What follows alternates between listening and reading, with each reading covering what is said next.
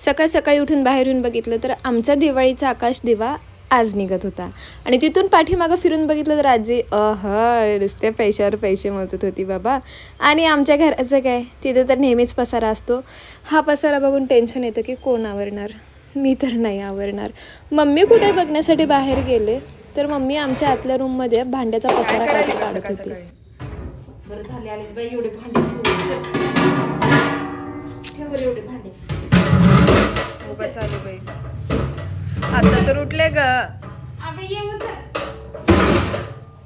जा मग जा. हा, काय काम करायला येते ती दिवाळी. आता हा आकाशी दिवा सांभाळून ठेवायचा पुढच्या दिवाळीपर्यंत. हे असंच होतं. हा आकाशी दिवा कमीत कमी अजून 2 वर्ष तरी आम्हाला आरामात चालेल. एवढं थंडीचं एवढे भांडे घासणार आहे आता. घास की, काय काम आहे तुला? मी घासू, मग कोण घासणार? मी घासू. तुला घासायचं. मलाच भांडे घासावे लागणार आहेत. तर व्लॉग करणार म्हणल्यावर ही परंपरा आहे. आपण काहीही काम करा ते लोकांना दिसलं पाहिजे. पण इथे मी असं म्हणणार नाही की हो गाईस, तर तुम्ही बघू शकता की मी इथे हातामध्ये झाडू घेऊन घर झाडते, कारण ते ऑलरेडी तुम्हाला दिसतंय. काय काय काम आहे सांगा. उंडगं 2 एकराची माय झाली, काय केलं उंडगीच. हे असं असतं, काम करा ते करा आणि वरनं बोलणे खाऊन घ्या. शिस्तीत मम्मीनं मला एकटे भांडे घासायला डिच्चू देऊन गेली आणि जाता जाता मला उंडगी या शब्दाचा पुरस्कार पण देऊन गेली. मा तो मा होतीये. पटापटा कामं उरकली, पटकन आंघोळ केली आणि मी आले मेकअप करायला. तर मेकअप करताना सगळ्यात पहिले आपण लावणार आहोत फेअर अँड लवली. गोरं होण्यासाठी लावत नाही, मला आवडती म्हणून लावते. आणि त्याच्यावरती पॉन्ड्स पावडर. खरं तर ना, मुलींना सगळ्यात जास्त धोका या गोरं व्हायच्या क्रीमनीच दिलेला असतो. तसं मला गोरं व्हायचं नाही आहे तेवढीच बस झाले.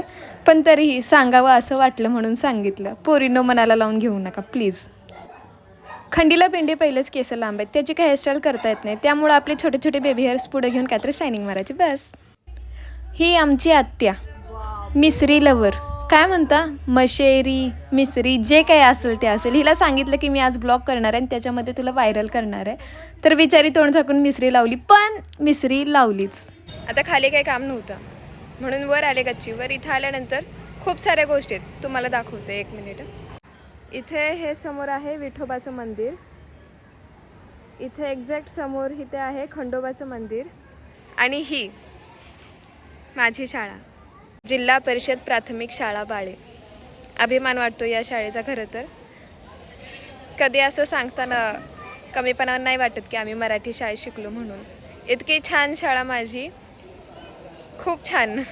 आमचे मुख्याध्यापक होते पहिले पाटील सर, त्यानंतर जानराव मॅडम म्हणून आल्या होत्या आणि आमच्या क्लास टीचर पोळ मॅडम. खूप छान, म्हणजे त्यांच्याबद्दल थोडं इमोशनल होते आता सांगायला, जाऊ दे. पण खूप छान शाळा. शनिवारचा तर दिवस लय भारी. सकाळपासून फक्त कवायत आणि कराटे पण शिकवायचे बरं का. येतंय थोडं थोडं. खूप छान होती. ते वाजवण्यापासून ते डबा खाण्यापर्यंत एक नंबर. डबा तर कधी घरून नेलाच नव्हता. घरून जाताना रिकामा डबा न्यायचा आणि शाळेत नेताना भरून आणायचा. शाळेचे ना थोडक्यात उपकार असल्यासारखेच आहेत खूप. आणि घराच्या एकदम समोरच शाळा आहे पाठीमागून. शनिवारी आंघोळीचा पण पत्ता नाही. उठून तसंच जायचं शाळेला, लहानपणी बरं का, नंतर नाही. खूप जुन्या आठवणी. खूप छान.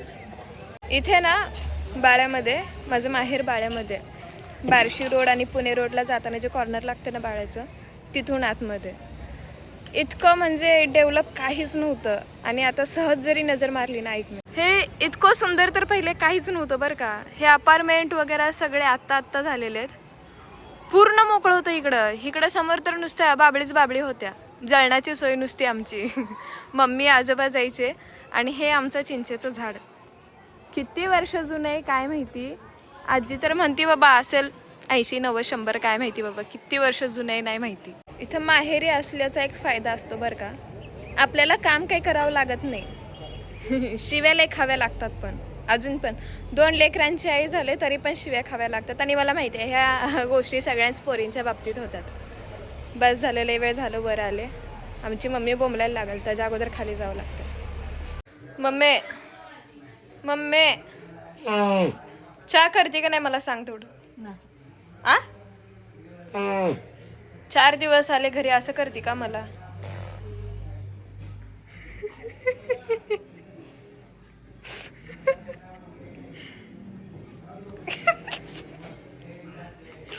कर की असं करते का? 4 दिवसाची पाहुणे घरी आली, चहा बी करून द्या. नाही का उगा येतंय 4 दिवसाला लेकरू राहायला, असं करते का? जेवायचं का नाही? I am talking to you mummy. तुला जेवायचं का नाही?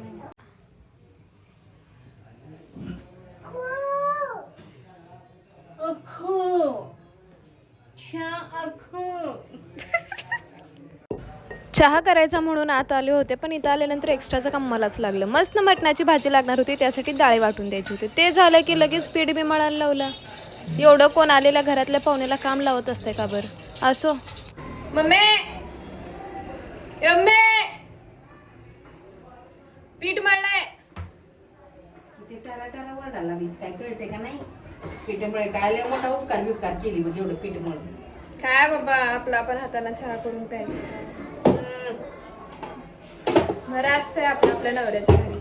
टाक एवढ्या 4 चपात्या. चालले मी. खरं द्या चहा करून घे. मला पण कर मग. मी चल. Mummy mummy. आजीने असली भयानक तिखट तर्रीची भाजी बनवली आहे. कन्फर्म उद्या ज्वालामुखीचा उद्रेक आहे. कन्फर्म. हिरकणीचा मॉलिश टाईम होता. आमची आत्या लई छान मॉलिश करते बरं का. जेवण आणि लहान लेकरांची मॉलिश आहा 1 नंबर करते बरं का. फदफदा तेल टाकून घसघसा घासलं त्या लेकराला. असं घासलं की लेकरू नंतर झोपूनच गेलं. झोपलं ते 2 तास नंतर उठलंच नाही. इतकं गोड झोपून गेली ती.